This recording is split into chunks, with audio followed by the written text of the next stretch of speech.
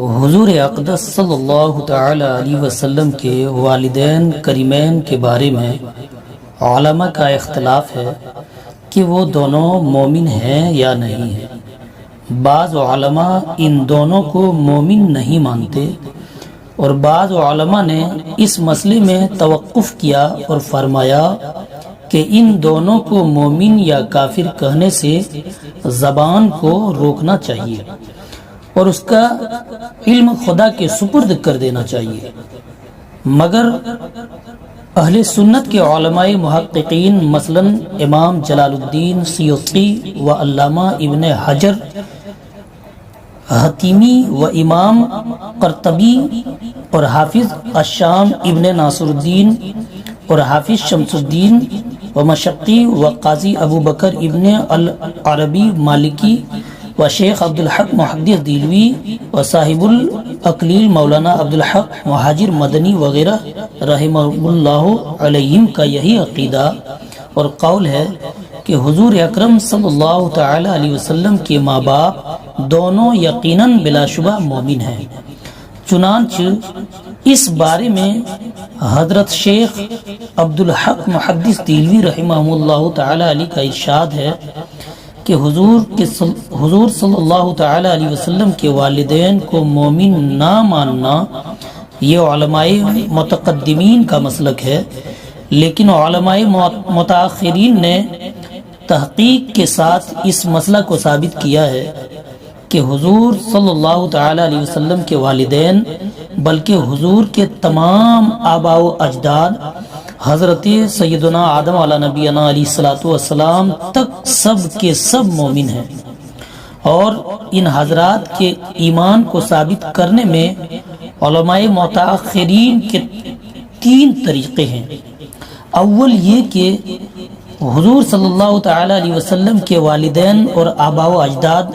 سب حضرت ابراہیم علیہ نبینا علیہ الصلوۃ والسلام کے دین پر تھے،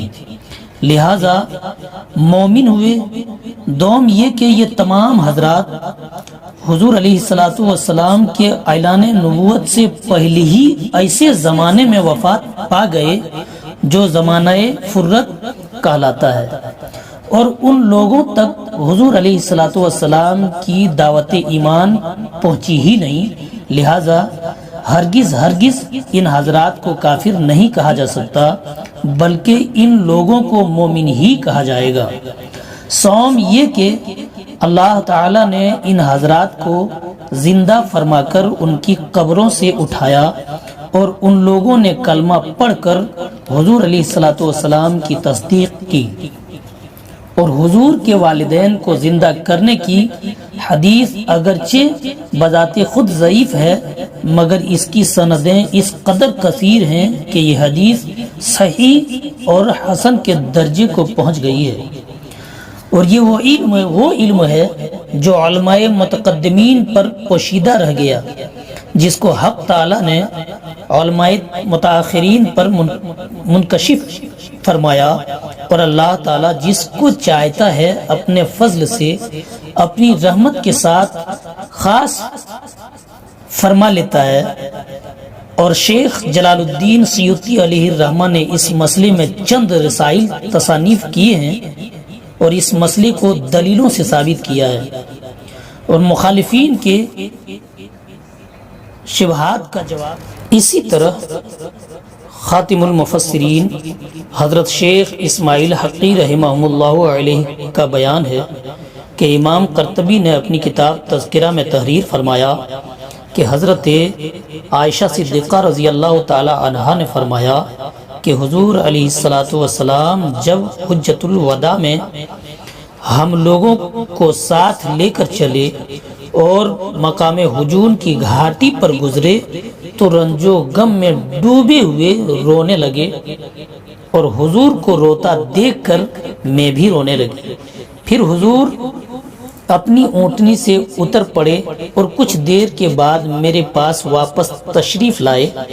تو خوشی بخوشی مسکراتے ہوئے تشریف لائے۔ میں نے دریافت کیا کہ یا رسول اللہ، آپ پر میرے ماں باپ قربان ہوں، کیا بات ہے کہ آپ رنج و غم میں ڈوبے ہوئے اونٹنی سے اترے اور واپس لوٹے تو شاداں و فرحاں مسکراتے ہوئے تشریف فرما ہوئے؟ تو حضور نے ارشاد فرمایا کہ میں اپنی والدہ حضرت آمنہ کی قبر کے زیارت کے لیے گیا تھا، اور میں نے اللہ تعالیٰ سے سوال کیا کہ وہ ان کو زندہ فرما دے، تو اللہ تبارک و تعالیٰ نے ان کو زندہ فرما دیا اور وہ ایمان لائے۔ اور الاشباح والنظائر میں ہے کہ ہر وہ شخص جو کفر کی حالت میں مر گیا ہو اس پر لعنت کرنا جائز ہے، بجز رسول اللہ صلی اللہ علیہ وسلم کے والدین کے، کیونکہ اس بات کا ثبوت موجود ہے کہ اللہ تعالیٰ نے ان دونوں کو زندہ فرمایا اور یہ دونوں ایمان لائے۔ یہ بھی ذکر کیا گیا ہے کہ حضور علیہ السلام اپنے ماں باپ کی قبروں کے پاس روئے اور ایک خشک درخت زمین میں بو دیا اور فرمایا کہ اگر یہ درخت ہرا ہو گیا تو یہ اس بات کی علامت ہوگی کہ ان دونوں کا ایمان لانا ممکن ہے۔ چنانچہ وہ درخت ہرا ہو گیا، پھر حضور علیہ السلام کی دعا کی برکت سے وہ دونوں اپنی اپنی قبروں سے نکل کر اسلام لائے اور پھر اپنی اپنی قبروں میں تشریف لے گئے۔ اور ان دونوں کا زندہ ہونا اور ایمان لانا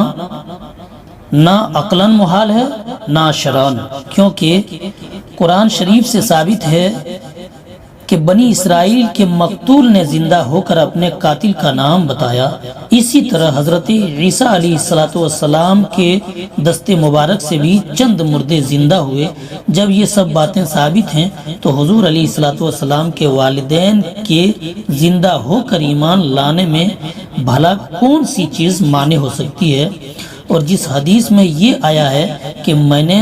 اپنی والدہ کے لیے دعائے مغفرت کی اجازت طلب کی تو مجھے اس کی اجازت نہیں دی گئی، یہ حدیث حضور کے والدین کے زندہ ہو کر ایمان لانے سے پہلے کی ہے، کیونکہ حضور کے والدین کا زندہ ہو کر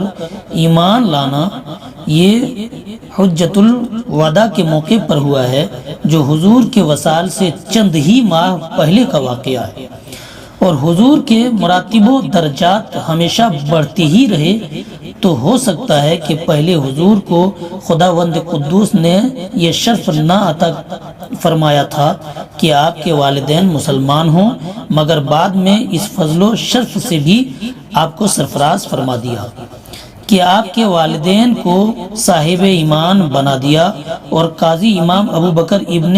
العربی مالکی سے یہ سوال کیا گیا کہ ایک شخص یہ کہتا ہے کہ حضور صلی اللہ علیہ وسلم کے آباء و اجداد جہنم میں ہیں، تو آپ نے فرمایا کہ یہ شخص ملعون ہے، کیونکہ اللہ تعالیٰ نے قرآن مجید میں ارشاد فرماتا ہے ان الذین یؤذون اللہ ورسولہ لعنہم اللہ فی الدنیا والآخرہ،